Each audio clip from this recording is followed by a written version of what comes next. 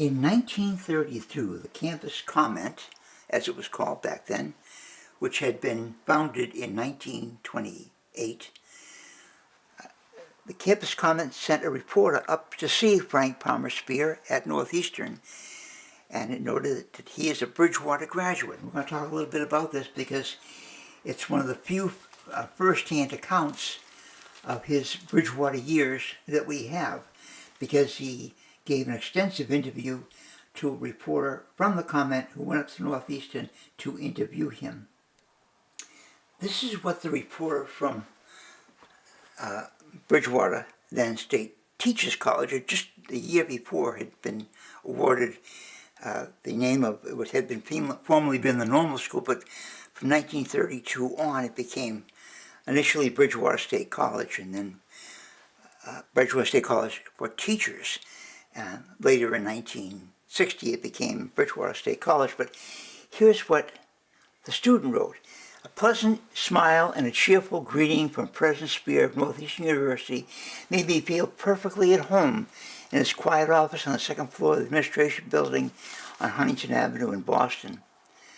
He seemed so pleased to hear about Bridgewater, as I was anxious to find out about the great work he had done in carrying on his work. President Speare asks whom he remembered, and he talks about Howland Page Shaw, who was also a Bridgewater graduate and had been one of his teachers. Later on he talked about the W.D. Jackson, another one of his teachers, which we'll get to in a moment. In this paragraph, President Speare gladly consented to tell me what Bridgewater has meant to him. A graduate of our college and now a college president, he is in an excellent position to know something of the value of the work we are doing here. His own story follows. And begins up here. What Bridgewater has meant to me by Frank Palmer Speare.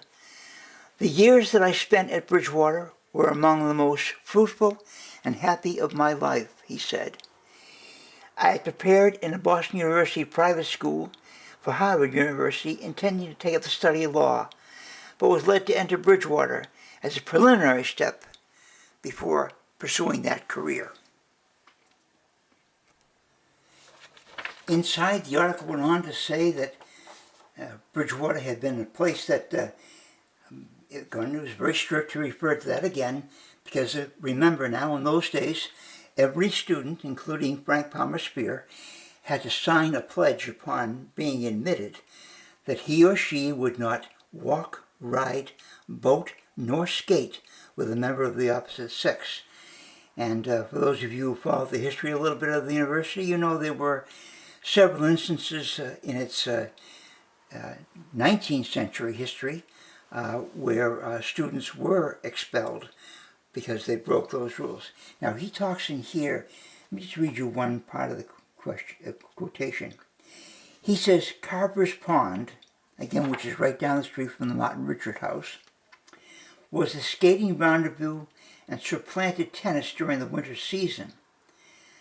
Now, in those days, it was a chance for students to be out of the sight of the Bob Boyden and the members of the faculty. So it was a place to